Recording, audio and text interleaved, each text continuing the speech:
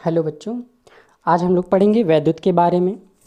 और वैद्युत को मुख्यतः हम लोग दो भागों में बांट करके पढ़ा जाएगा।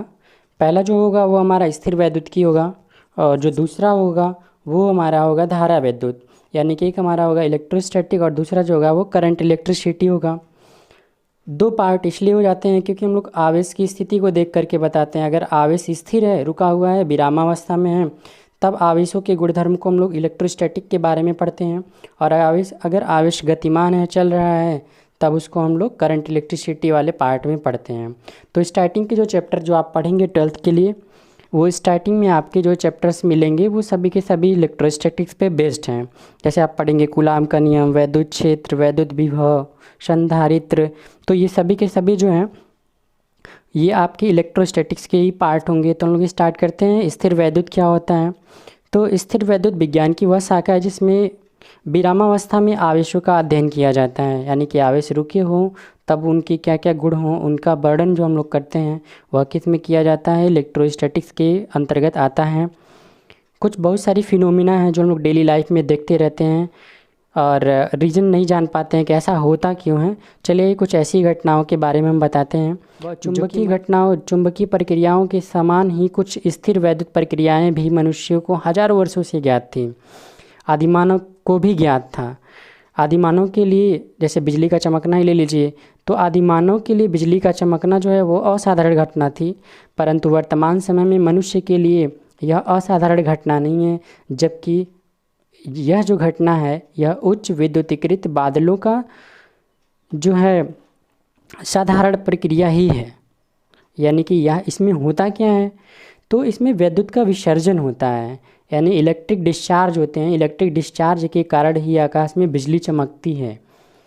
और देखते होंगे ठंडी के मौसम में जब कभी भी हम लोग स्वेटर वगैरह निकालते हैं, कपड़ा निकालते हैं, तो अगर उसको हल्का सा भी हम लोग क्या नाम है निकालते हैं तो एक कड़ाके की आवाज़ सुनाई देती है और हल्की चिंगारी भी दिखाई देती है। ये फिनोमिना क्यों होता है? ऐसा होता क्यों है? ठीक है, तो ऐसा जो होता है वो स्थिर वैद्युत के कारण ही होता है। स्थिर वैद्युत जो होता है डिस्चार्ज होता है, तभी ये उसी के समय ऐसी जो चीज़ें हैं वो देखने के लिए मिलती हैं। और भी कुछ घटनाएं हैं और भी कुछ फिनोमिना हैं। जैसे जब अपना हाथ जो है आप टीवी के नज़दीक ले जाते हैं तो उस समय भी ऐसा होता है। वैसे आजकल तो बहुत सारे टीवी अलग अलग आ गए हैं, स्मार्ट टीवी आ गए हैं, इनमें ये फिनोमिना कम देखने के लिए मिलेंगी। स्टार्टिंग में जो बड़ी बड़ी टीवियाँ आती थी उन टीवियों में ये आसानी से प्रयोग देखा जा सकता था। तो ये सभी की सभी जो घटनाएं बताई जा रही है ये सभी की सभी विद्युत विसर्जन के सामान्य उदाहरण, नॉर्मल एग्जाम्पल्स हैं। बाकी और भी एग्जांपल्स हमने कलेक्ट किया है। जैसे कागज़ की पतली पट्टी को अगर टीवी या कंप्यूटर स्क्रीन के पास ले जाया जाएगा तो वो क्या करता है, कंप्यूटर हो गया या टीवी स्क्रीन जो हो गया और उसको क्या करता है, आकर्षित कर लेता है। और बहुत समय के लिए आकर्षित नहीं करता है, थोड़ी देर के बाद फिर उसको छोड़ देता है, यानी कि तत्पश्चात वो जो है गिर जाते हैं। इसी तरीके से सूखी सड़क पे या सूखी हवा में कुछ दूरी पर किसी कार को चला करके कहीं पे खड़ा कर दिया जाए और उसकी कार के दरवाजे को खोला जाए तो हल्का सा बिजली का झटका महसूस किया जाता है। ठीक है, तो ये सभी की सभी जो घटनाएं हैं वो हमारे स्थिर वैद्युतिकी की ही हैं। स्थिर वैद्युतिकी के वजह से ही, उसी के चार्जिंग डिस्चार्जिंग के वजह से ही ऐसा होता है। बाकी बहुत सारे बलों के बारे में आप पढ़े होंगे, जैसे ससंजक बल हो गया, आसंजक बल हो गया, घर्षण बल हो गया, पृष्ठ तनाव हो गया। तो ये सभी की सभी जो हैं ये मूलतः वैद्युत आवेशों के कारण उत्पन्न वैद्युत बल ही हैं। ठीक है, और जो सबसे महत्वपूर्ण बात निकल के आती है इलेक्ट्रोस्टैटिक्स को लेकर के, स्थिर वैद्युत को लेकर के, वह यह निकल के आती है कि परमाणु से लेकर जीवित कोशिकाओं तक पदार्थ के, चाहे वो भौतिक गुण हो चाहे वो रासायनिक गुण हो, वह वैद्युत बल, उसके लिए जो वैद्युत बल ही जो होता है वह मुख्यतः उत्तरदायी होता है। चाहे उसका फिजिकल प्रॉपर्टीज हो चाहे उसका केमिकल प्रॉपर्टीज हो, जिसको उसका बेस होता है वह इलेक्ट्रिक फोर्स ही होता है, वैद्युत बल ही होता है। चलिए अब हम लोग जानेंगे स्थिर वैद्युतिकी के उपयोग या अनुप्रयोग। यानी कि अगर ये स्थिर वैद्युतिकी का जो नियम दिया गया तो ये कहाँ कहाँ पे लागू हुआ, यानी इस पे आधारित कौन कौन से यंत्र हैं, काम करते हैं।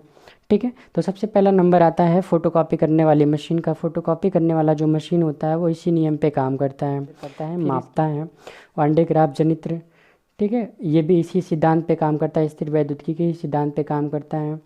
बाकी स्थिर वैद्युतिकी के सिद्धांत की मदद से ही हम लोग प्रदूषण को रोकते हैं, प्रदूषण की रोकथाम की जाती है, बिजली चमकने और गरजने जैसी घटनाओं की व्याख्या की जाती है। स्थिर वैद्युतिकी की सहायता से ही पेंटों का स्प्रे किया जाता है और उस पर पाउडर कोटिंग की जाती है।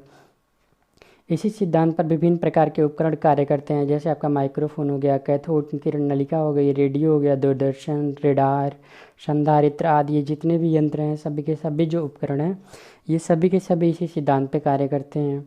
स्थिर वैद्युतिकी के सिद्धांत के आधार पर परमाणु की व्याख्या भी की जाती है। तो ये सभी के सभी जो आज आप लोग पढ़े हैं, स्थिर वैद्युतिकी के बारे में ही पढ़ा गया है। इससे आपके एग्ज़ाम में बहुत ज़्यादा मार्क्स का नहीं आता है, लेकिन ये है कि जानना ज़रूरी था। स्थिर वैद्युतिकी के बारे में बहुत सारे फिनोमेना का रीज़न हमें नहीं पता था। नेक्स्ट वीडियो में आप लोग पढ़ेंगे चार्ज को लेकर के, तो चार्ज यहाँ से भी नोट्स आप बना सकते हैं, ठीक है। नेक्स्ट आपको वीडियो मिलेगा वो चार्ज के बारे में मिलेगा। चार्ज